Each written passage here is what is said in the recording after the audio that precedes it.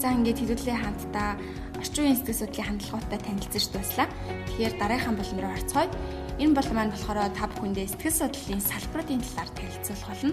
За энэ удаагийн дугаар маань нэг онцлогтой байгаа. Тэгэхээр бид та бүхэндээ зочин хөтлөгчтэй уулзаж байгаа. Тэгэхээр зочин хөтлөгчтэй хэдүүлээ одоо хамтдаа танилццгаая. Сайн байцгаана уу бүгдэнд нь энэ өдрийн мэнд.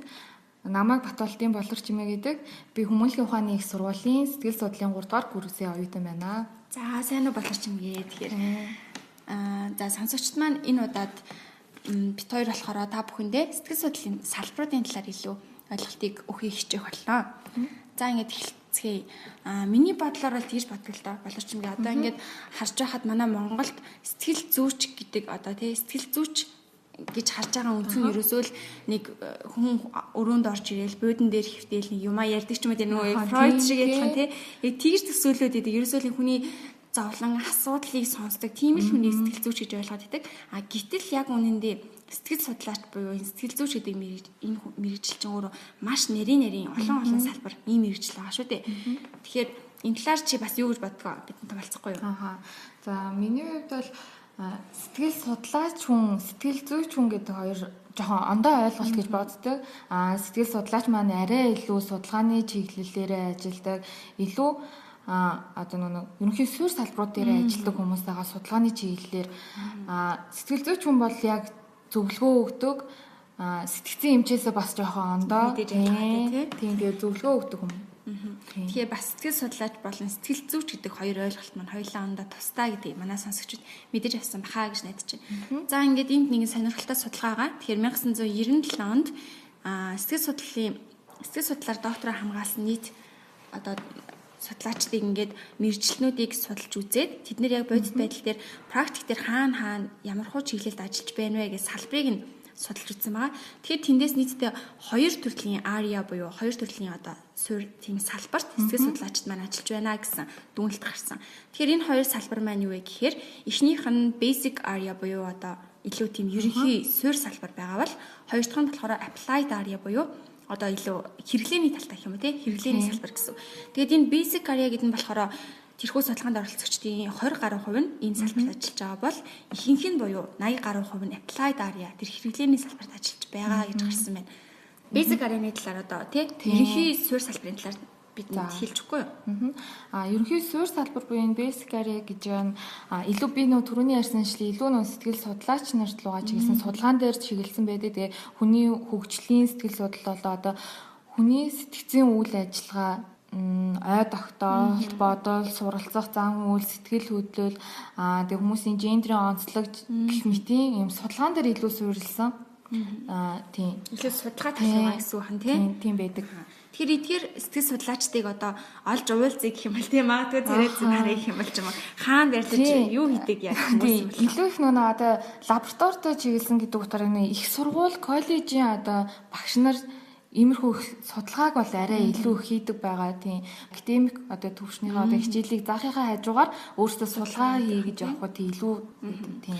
Би болохоор бас ингэж харддаг л та. Яг чиний хэлдэгчлэн мэдээж олон улсад ингээд одоо өөр тийм Америкт ч юм уу Европт за ингээд харахад энэ их сургуульд багшлаад байгаа багш нар маань одоо кредит цаг нь илүү бага байдаг. Тэгээд илүү нөгөө судалгаа шинжилгээний дээр ажиллах тийм анхаарал төвлөрөх боломж нь илүү байгаад байдаг тийм. Харамсалтай нь манай Монгол улсад болохоор энэ салбар маань дөнгөж хөгжиж эхэлж байгаа болоод тэр юм уу ерөнхийдөө жоохон эсрэгээрээ байдаг гэсэн үг тийм. Манай одоо багш нар мэдээж биднэрт хичээл заах эрэлт хэрэгцээ бол маш их байгаа. Тийм учраас бид нарт хичээлээ заах цаг нь кредит цаг нь ерөнхийдөө илүү их байдаг. Тэгээд нөгөө судалгаа шинжилгээний дээр анхаарах гэхээр тэр боломж нь жоохон хомос идэв юм гэж хардаг тийм. Тэр яваа явандаа магадгүй ингээ илүү гоё болох байхаа гэж найдаж байна. Барууны орнууд чи тийм барууны орнууд чи магадгүй. За тэгэхээр basic area буюу одоо энэ ерөнхий сэтгэл судлалын салбар маань дотроо мэдээж нарийсаад бас хит ангилагддаг. Тэгээд эндээс одоо өмнө нь дурдсан тэрхүү докторийн зэрэгтэй тэр сэтгэл судлаач дээр те хийсэн судалгаанаас үзэхэд basic area маань нийтдээ 20 гаруй хувийг эзэлдэг гэж хэлсэн. Тэрний 11% нь ерөнхий болон биологийн чиглэлийн тийм судалгаа шинжилгээ хийдэг хүмүүс нь. Энэ хүмүүс нь яг юу гэдэг вэ гэхээр одоо бид нар өмнөх дугаарууд дээр ч гэсэн ярилцсан, хальт ярилцсан байгаа. Бидний энэ гаргаад байгаа зан үйл, энэ хэл яриа ааш авирт гэх юм уу те энэ онцлогууд маань бүгдээрээ ямар нэгэн байдлаар нь бие физиологи тархинд маань уул үндэстэй байдаг. Тэгэхээр тэр үндсийг нь одоо судалдаг гэсэн. Мэдрэлийн систем болон бие физиологийн үйл ажиллагаа гэх мэтчлэн эдгээр зүйлс дээр илүү их тулгуурлаж ажилладаг. Бас сонирхолтой хэлэх юм бол магадгүй одоо янз бүрийн амьтан дээр туршилт хийдэг энэ хүмүүс ч гэсэн энэ биологийн чиглэлээр энэ basic талтаа бас багтана гэсэн. За үлдсэн 6% нь болохоор social одоо илүү нийгмийн болон бие хүний хэв шинжээ тийм нийгмийн тэр чиглэлийн судалгаа шинжилгээ хийдэг тийм хүмүүс байгаа. Харин 4% нь болохоор хөгжлийн сэтгэл судлал гэж ярьдаг тийм developmental psychology гэж ярьдаг. Одоо энэ товчхондоо тайлбарлах юм бол хүн төрхөөсөө өөхөх хүртлээр амьдралынхаа энэ хугацаанд яаж хөгжиж өөрчлөгдөж хувьсаж байдгийг бэ? Яг энэ дээр тулгуурлаж анхаарч судалгаа шинжилгээний ажиллаа хийдгээ гэсэн үг. За тэгэхээр basic area-ны хувьд л юм байна. Мэдээж цаашаа одоо танин мэдхүү болон суралцах хой тогтоол, сэрэл хүртгүү, сэтгэл хөдлөл буюу emotion болон мотивац гэх мэтчлэн нарийн чиглэлийн судалгаанууд байгаа. За тэгвэл одоо өнөө 80% буюу дийлэн сэтгэл судлаачид маань ажиллаад байгаа applied area буюу хэрэглээний сэтгэл судлалын салбарын талаар ярилцгаая. Тэгэхээр энэ талаар чи юу гэж бодож байна? Хэрэглээний сэтгэл судлал нь basic area-насаа ерөнхийдөө юугаар ялгаатай онцлог юм болоо? Тийм. Одоо энэ хэрэглээний сэтгэл судлалын салбар бол одоо манай Монголын хувьд хэм бол дийлэнх сэтгэл зүйчд маань, сэтгэл судлаачид маань бол энэ салбарт бол ажиллаж байгаа. Энэ дээр хүртэл судалгаан дээр хүртэл 80% нь гэсэн байгаа. Тэгээд хэрэглээний сэтгэл судлалын салбар гэхээр одоо нөгөө клиник болон одоо консулинг буюу нөгөө зөвлөгөөний сэтгэл судлалын бас дээрс нь одоо нөгөө боловсролын сэтгэл судлалын салбар байна. Тэгээд байгууллагын сэтгэл зүй тийм иймэрхүү салбарууд одоо нөгөө сэтгэл зүйчд маань ажилладаг. Өөрөөр ажиллах салбарууд хаан тийм. Тэгээд Монгол бол мэдээж энэ applied буюу хэрэглээний сэтгэл судлалын салбарт манай сэтгэл судлаачид илүү их ажиллаж тэр чинийгээрээ бас олонд илүү их тэрүүгээрээ танигддаг ч байж магадгүй тийм. За тэгэхээр basic буюу одоо энэ суурь сэтгэл судлалын салбар маань хэрэглээний сэтгэл судлалын салбар энэ хоёрын гол ялгаа нь юу вэ гэхлээр эхний дурдсан тэр ерөнхий сэтгэл судлалын салбар дээр ажиллаад байгаа тэр сэтгэл судлаачд маань буюу одоо нөгөө судалгаа шинжилгээнээр суурилдаг тэр хүмүүс маань төрөл бүрийн маш гайхалтай судалгаануудыг хийдэг. За тэгээд түүнээс нь маш сонирхолтой үр дүнгууд гарч ирдэг. Харин тэдгээрийг нь энгийн одоо өдөр тутмын амьдралд хэрхэн яаж ашиглах вэ? Хүний хэрэглээнд яаж одоо зохицуулж оруулж ирэх вэ гэдгийг нь тэр тал дээр нь ажилладаг хүмүүсийг одоо хэрэглээний сэтгэл судлалын салбараа гэж хэлээд байгаа. Applied area маань өөрөө одоо 80%-ийг эзэлдэг ийм хэрэглээний ийм салбар байгаа. Тэгэхээр энэ салбар маань дотроо өөрөө бас нэлээд хэд хуваагдана. Хамгийн их хувийг эзэлж байгаа буюу нөгөө 80% дотор маань тэрний 48%-ийг бүрдүүлж байгаа нь клиникийн болон эрүүл мэндийн сэтгэл зүйч нар байгаа. Харин 13%-ийг нь болохоор зөвлөгөөний буюу одоо консулинг гэж ирдэг те энэ салбарын сэтгэл судлаачид байгаа бол 11%-ийг нь боловсролын буюу сургуулийн сэтгэл судлаачид эзэлж байгаа. За харин үлдсэн 7% болохоор байгууллагын буюу organizational psychology энэ салбарынхаа эзэлж байгаа мэнаа. За тэгэхээр эхнээс нь ахвалаад хэдүүлээ хоёлоо одоо ярилцаад явъя. Клиникийн сэтгэл судлаач гэж юм те. За энэ чиглэл маань болохоор нэлийн өргөн хүрээний салбар байгаа. Олон улс ч гэсэн нэлээх айгу өргөн хүрээнийхэн байна. Зарим хүмүүс болохоор яг одоо нөгөө psychiatrist буюу сэтгцийн эмчтэй, сэтгэл засалчтай маш их хандуудаг. Кинон дээр ч юм уу бас гарахтай адилхан юм шиг харуулцдаг л та. Гэтэ яг үүндээ мэдээж ялгаатай байдаг те. Мэдээж клиникийн сэтгэл судлаач гэхдээ бас зөвлөгөө өгдөг тийм хүмүүс байдаг тийм. Хинтээ ажилдаг вэ гэхлээр ерөнхийдөө одоо anxiety гэж ярьдаг тийм. Түгшүүр болон сэтгэл хөдлөлийн баг зэргийн тийм одоо хямралд өртсөн хүмүүстэй ажилладаг. За мөн өдөр тутамдаа тэр тохиолдоод байгаа асуудлаа бас даван тулахад жоохон хэцүү байгаа. Тэр хүмүүстэй ажилладаг. Тэгээ олон улсын одоо хэмжээнд юу гэж яг ямар статустай, ямар үүрэгтэй байдаг вэ гэхлээр нэг онцлог нь сэтгцийн эмчид шууд очихоос өмнө тэр хүн сэтгэл зүйч тэр клиник сэтгэл зүйч тэр ч юм уу хурж ирлээ гэж бодоход тэр хүн хараад за эхнээс нь онцлогоо хийн. Тэр хүн яг сэтгцийн эмгэгтэй юу үгүй юу гэдгийг нь яг сэтгэл зүйн тэр онцлогоо судалгааг нь хийн. Дараа нь энэ хүний асуудал яг юу юм бэ гэдэг тэр асуудлыг нь тодорхой болгож өгч байгаа. Тэгээд гуравдхан болохоор ямар засал магадгүй те ямар эмчилгээ хэрэгтэй вэ гэдгийг нь чиглүүлж тодорхой болгож өгнө. Гэхдээ хамгийн гол нь ерөөсөө өөрөө тийм эмийн болон бусад төрлийн эмчилгээ засал ерөөсөө явуулахгүй. Ялангуяа сэтгцийн одоо эмгэгтэй тийм хүн болохоор ерөөсөө тэр чиглэл нь явуулахгүй. Дараагийнхан буюу тэр psychiatrist руугаа шилжүүлж өгдөг гэсэн үг. Ийм онцлогтой сэтгэл судлаач нар байгаа. Тэр энэ чиглэлийн хол ерөнхийдөө Монголч гэсэн айгүй хөгжиж байгаа гэж бодож байна. Мэдээж өөрөө бас аягүй сонирхолтой. Тийм маш сонирхолтой. Чи яг оюутан үеийнхээ хувьд энэ чиглэлээ юу гэж хардаг вэ? Миний өөрийн хувьд гэх юм бол би өөрөө юм нэг консулын чиглэлийг бол сонирхдаг. Гэхдээ надад бол анх энэ сэтгэл судлалыг сонгохоос ахвала клиникийн салбар маш сонирхолтой байсан. Яг тэгэхээр мэдээж ойлгомжтой төгшүүртэй маш төгшүүртэй сэтгэл хөдлөлттэй юм сэтгцийн жоохон тийм юм илрэлтэй хүмүүстэй ажиллана гэдэг тийм хүмүүс ямархуу байгаа бол гэдэг талаас нь маш сонирхолтой байсан тийм. За тэгвэл сайн бас манай болроо маань хэллээ консалтингийн сэтгэл судлалын салбараа буюу зөвлөгөөний салбарт өөрөө ажиллах сонирхолтой гэж хэллээ тий. Тэгэхээр дараагийн маань том салбар бол нөгөө 80% маань 13% бүрдүүлээд байгаа сэтгэл судлалын зөвлөгөөний салбар гэж байгаа. Тэгэхээр зөвлөгөө өгдөг сэтгэл зүйч нар гэсэн үг. За энэ хүмүүс маань яг юу хийдэг, хаана хинтээ яаж ажилладаг талаар одоо хамтдаа ярилцгаая. Тэгэхээр хаана ажилладаг юм болоо энэ талаар сонсогчд маань хэлж өгөөч. За манад бол ер нь сэтгэл зүйн төвүүдэд бол зөвлөгөө өгдөг сэтгэл зүйчд бол маш ажиллаж байгаа. Тэгээд хинт зөвлөгөө өгөх гэхээр одоо хосууд гэр бүл бас нэг хүмүүс хоорондын харилцааны асуудлаас олж ингэж хурж ирж одоо ямар нэгэн зөвлөгөө авдаг. Энэ үед нь зөвлөгөө өгнө. Бас нэг амиа оролттой урьдчилан сэргийлэх төвүүд бас хүчирхийллийн өсрөг төвгээ байдаг ш. Тийм төвүүдэд бол энэ зөвлөгөөний сэтгэл зүйчээр ажилладаг. Тийм. Ялангуяа сайн дурдлаа амиа оролтоос урьдчилан сэргийлэх төвүүд энэ бол мэдээж олон улсын хэмжээнд бол маш нухацтай асуудал ч гэдэг. Энэ suicide буюу амиа оролт чинь нэлээд их жил ирэх тусам улам их ихсэж байгаа. Ялангуяа манай Монголын хувьд харамсалтай нь болохоор дэлхийд одоо амиа оролтын хэмжээгээр 3-т орчдөг. Тэгэхээр энэ бас нэлийн маш анхаарах хэрэгтэй. Тэгэхээр эндээс урьдчилан сэргийлэх энэ ажлыг бол олон улсын хэмжээнд бол маш их явуулдаг. Янз бүрийн төвүүдээр явуулждаг. Тэдний нэг нь гол үүрэг оролттой хүн бол мэдээж одоо консалтингийн буюу тэгээ зөвлөгөөний сэтгэл зүйч нар маань байгаа. За хүчирхийллийн эсрэг төвүүдэд за мөн хүчирхийлэлд өртсөн тийм магадгүй хохирч болсон тэр хүмүүст ч гэсэн энэ сэтгэл зүйч нар маань хурж зөвлөгөө өгдөг ийм асуудалтай байгаа. За ямар асуудалтай хүмүүс энэ хүмүүст ханддаг вэ гэхлээр жишээлбэл одоо сая манай болроо хэлээ те хосууд болон гэр бүлийн асуудалтай. Энэ бол хамгийн нийтлэг нь гэж бодож байна. Ялангуяа хосуудын хоорондын харилцааны асуудлаас болоод ч юм уу те гэр бүлийн одоо ээж аав нь хүүхдтэйгээ ойлголцохгүй байгаа ч юм уу ийм асуудлаас болоод сэтгэл зүйчдэр ерөнхийдөө очдог. За тэгээд мэдээж зөвлөгөөний салбар маань ингээ өөрөө харахаар нэг ингээ том нэг бүхэл салбар юм шиг мөртлөө дотроо бас мэдээж ангилэгдэн тий. Одоо бие хүний сэтгэл зүйн зөвлөгөө өгд юм уу? Аль эсвэл яг хосын харилцаан дээр өгд юм уу? Гэр бүлийн сэтгэл зүйн зөвлөгөө өгд юм уу? Хүүхэд дээр зөвлөгөө өгд юм уу гэх дотроо мэдээж бас нарийн ингэж ангилэгддэг байгаа. Монголд болохоор сэтгэл зүйн төвүүд дээр зөвлөгөө өгж байгаа хүмүүс за мөн энэ сэтгэл зүйч нар маань гэр бүл салтаас урьдчилан сэргийлэх за гэр бүл яг салах гэж байгаа тэр хүмүүс яг сэтгэл зүйчтэй очиж асуудлаа ярилцдаг. Тэгээд тэр үед ч гэсэн яг энэ зөвлөгөөний сэтгэл судлаач маань хүлээж авдаг гэсэн үг. За тэгэхээр ингээд одоо дараагийнхаа салбарын талаар ярилцъя.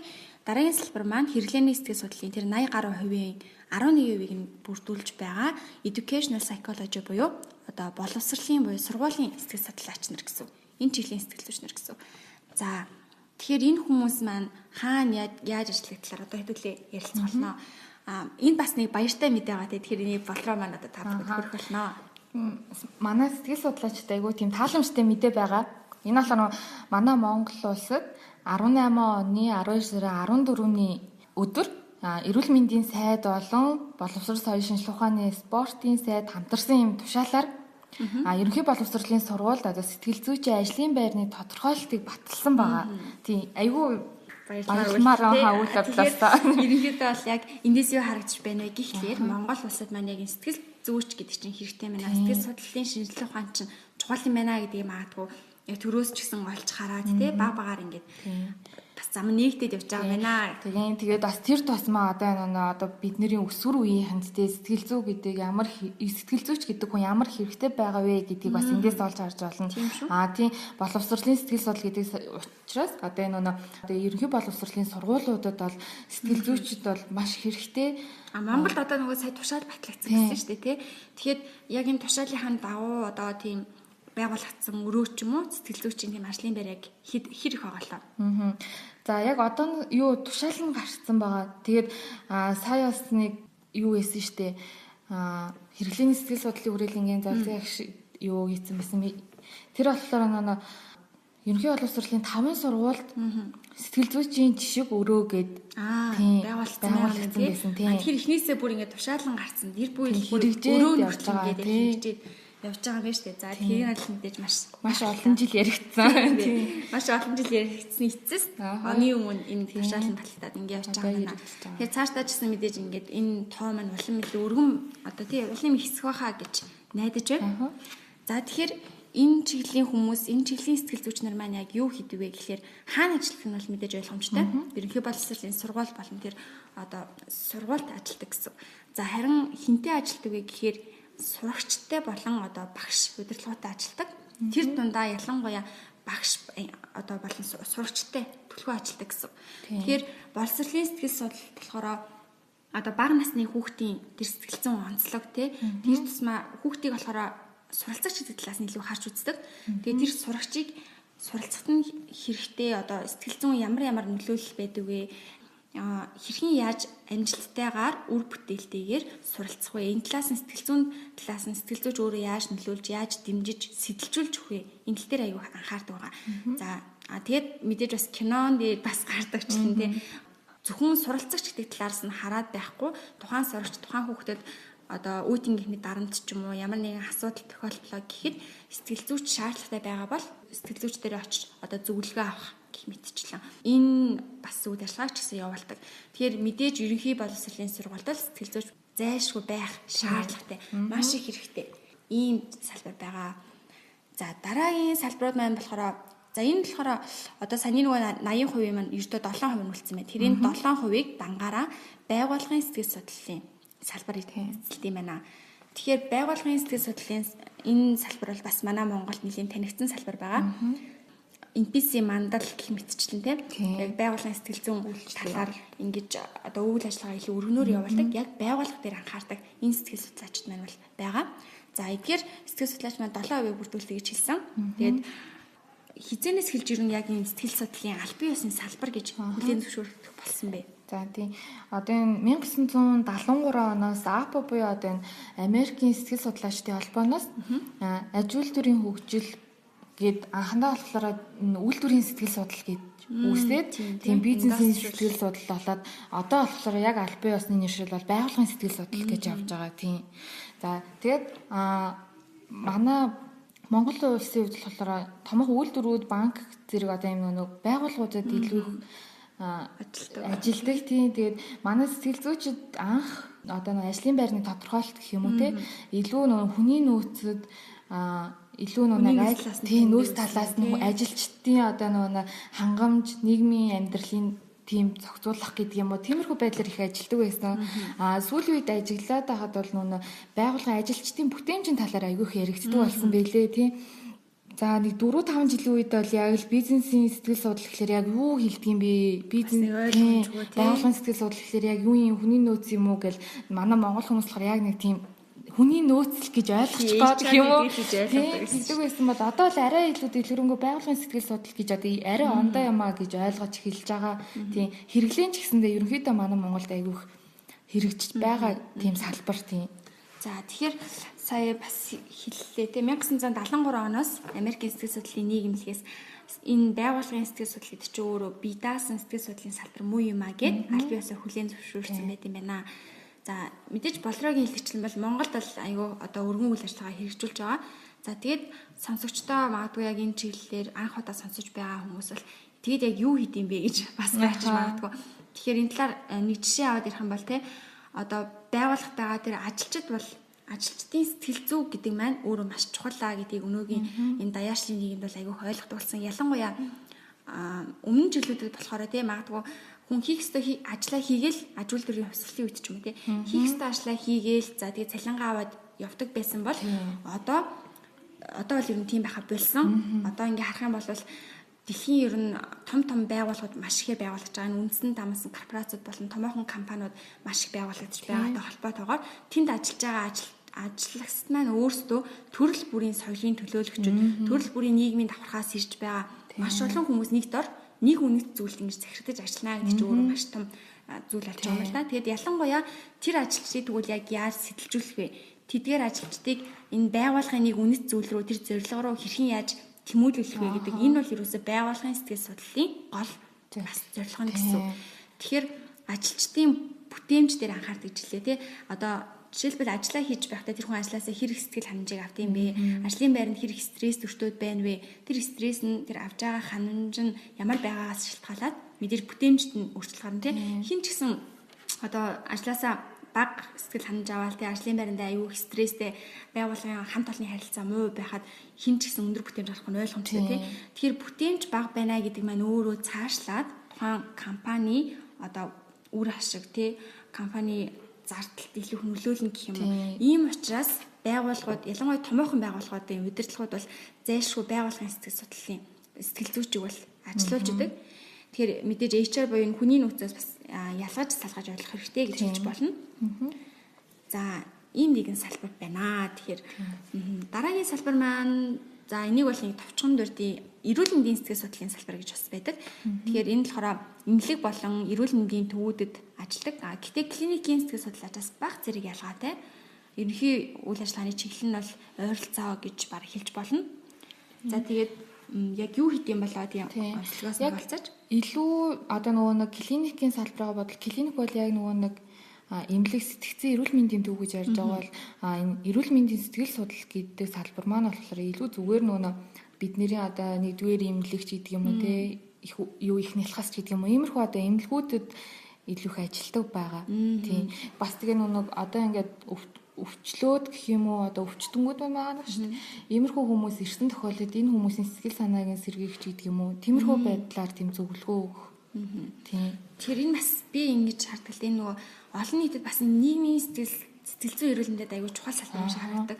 Ялангуяа энэ одоо сэтгэл зүйгээс шалтгаалсан те энэ эмгэгүүд өөрчлөлтүүд өвчин эмгэгээс одоо олон нийтийг сэргийлэх ялангуяа тэр нэг мэдээж хүний сэтгэл зүйн байдалтай хацаагаар магадгүй те докторгүй байна гэдэг чинь тухайн хүний шууд эрүүл мэндэд бие физиологт нөлөөлнө. Тэгэхээр энэ янз бүрийн өвчин эмгэгээс хүмүүсийг өөрчлөлтөн сэргийлэх, таниулах ийм ажлыг бас хийдэг байхаа. За жишээлбэл одоо энд би жишээ дүрдээ л да зүрхний өвчтөний хүн байна гэж үү те. Тэгээ зүрхний өвчтөй хүн байлаа гэхэд тэр хүн дандаа эмийн эмчилгээ тариа хийгээд ч юм уу ингээд байхаас гадна сэтгэл зүйн талаас нь тусалж дэмжих шаардлагатай. Та илүү тайван байх хэрэгтэй шүү. Таны сэтгэл зүй доктортой тайван байх тусмаа таны зүрхний өвчин чинь зөөлөн байна гэх юм юу гэж хэлэх юм шүү дээ. Арай тийм. Та хэрвээ ингээд мэдээж уур уцаартай байгаад байх юм бол таны өвчин юм бичсэн улан даамжина. Энийг тэр өвчтөнд илүү их таниулж одоо ухуулж ойлгуулах ийм ажлыг хийдэг. Тийм чиглэл байгаа. Энэ сэтгэл зүгээс шалтгаалаад өвчин эмгээг үүсдэг юм шүү. Таны эрүүл мэнд чинь ганц физиологийн эрүүл мэнд биш ээ. Сэтгцийн эрүүл мэнд, сэтгэл зүйн эрүүл мэнд чинь бас тусдаа том ойлголтоо гэдгийг нэг төлөөлөгч нь болдог баха. За ингээд хэдүүлээ хамтдаа сэтгэл судлалын салбаруудын талаар мэдэж авлаа. Тэгээд сонсогчд маань магадгүй энэ дугаарыг сонсохоос өмнө бол сэтгэл зүйч гэдэг нэг хүн зөвлөгөө өгдөг нэг хүн байдаг баха. Тэгээд project яг тэгж боддог гэсэн бол одоо магадгүй тэр бодол нь илүү те тайлбарлаад өөр болсон баха гэж бодож байна. Тэгээд сэтгэл зүйч гэдэг хүн маань бол сэтгэл судлаач гэдэг хүн маань өөр замун тэгээд үйл ажиллагаа эрхэлж байгаа байдал нь өөр дотроо маш олон нарийн салбартай нийгмийн төрөл бүрийн давхархад хурж үйлчлэхийг зорддог ийм нарийн мэргэжлийн ийм хүмүүс байгаа. За ерөнхийдөө манай энэ удаагийн дугаар маань өндөрлөхөд төхөж байна. Гэхдээ сүүлийн булан руугаа хамтдаа орцгоё. Тэгэхээр одоо төсөлтөө бид нар юуны талаар ярилцах гэж байна вэ гэхлээр энэ манай сонсогчдод бас хүсэлт ирсэн л дээ. Би яг одоо юуны талаар ярил та бүхэн хэлээ сонирхолтой байх вэ ч юм уу? Юуны талаар мэдмээр байна вэ гэсэн асуултыг тавьж утсан. Тэгэхэд одоо Instagram ч юм уу Facebook-ээр пэйж дээр маань хэлж байгаа юунуудаас хараад хаад сэтгцийн эмч болон одоо сэтгэл зүйч хоёрыг яг адилхан гэж ойлгодогоо. Гэтэл энэ яг адилхан юм болов уу? Яг ялгаа нь юу юм болоо? Энэ талаар ярьж өгөөч гэсэн хүсэлт нэлээд ирсэн. Тэгээд энэ удаа psychiatrist буюу сэтгцийн эмч, за мөн сэтгэл зүйчийн ялгааг та бүхэндээ яг одоо төсөлт нь ярьж өгөө. За сэтгцийн эмчийн хандлаар. Сэтгцийн эмч нь болохоор арай би түрүүн нэг ялгаад дээрсэн да сэтгэл судлаас сэтгэл зүйч гэдэг шиг сэтгцийн эмч маань болохоор ангаахаар мэрэгсэн ангаахын чиглэлийн яг нэг сэтгцийн эрүүл мэндийн тийм чиглэлээр төгссөн. Тэгээд илүү тийм нэг хүнд төрлийн сэтгцийн эмгэгтэй хүмүүстэй ажилладаг хүн байна. Одоо тэгэхээр бид нар ингээд харах юм бол одоо бакалавр гэж үүдэг. Бакалавр бол илүү нөгөө ангаах дээр медикал талтай. Тэгээ тэр талтай хамгаалсан хүмүүс юм биш үү? Мэргэжсэн. Тэгээд энэ хүмүүс маань бол бас нөгөө сэтгэл засалч хийдэг. Дээрэс нь им бичиж өгөх тийм эрхтэй тийм им бичиж өгд одоо хавсаргаж одоо ингэж нэг эмчилдэг засалтайгаа хамт тэгээд илүү төлхөө одоо сэтгцийн өвчтөй буюу бидний илүү сэтгцийн өвчнөд тийм эрхтэй хүмүүстэй ажилдаг тийм за тэгээд psychologist буюу одоо сэтгэл зүй сэтгэл судлаач нар маань болохоор арай өөр сэтгэл судлаараа бол мэргэжсэн арай юу хүмүүстээ бол тэгж им бичиж өгөх тийм ямар ч ирэх байхгүй тийм тэгээд илүү онцлог нь юм бол энэ хүмүүс маань илүү нүг эрүүл хүмүүстээр төвлөрч ажилладаг тийм хүмүүсээс нэг юу яадаг штэ сэтгэл судлаач нар очно гэхлээр л нэг тийм өөрийгөө тийм тэгэд бодож идэг үгүй сэтгэл зүйч маань бол яг юу эрүүл хүн дээр бол зөвлөгөө өгдөг хүн болгонд бас нэг жоохон ч гэсэн сэтгэл гутрал байгаа мэдрэлийн ядаргаач гэдэг юм уу тиймэрхүү байдлаар бол сэтгэл зүйчдэр бол хандхан зөв тийм за тэгэхээр сонсогчд маань гол ялгааг нь олж сонсон гэж найдаж байна. Тэгэхээр psychiatrist буюу сэтгэц засалч гэж бас ярьдаг тийм сэтгцийн эмч маань ангаах ухаанаар хамгийн гол мэргэжсэн цэвэр ангаах ухааны хүн гэсэн.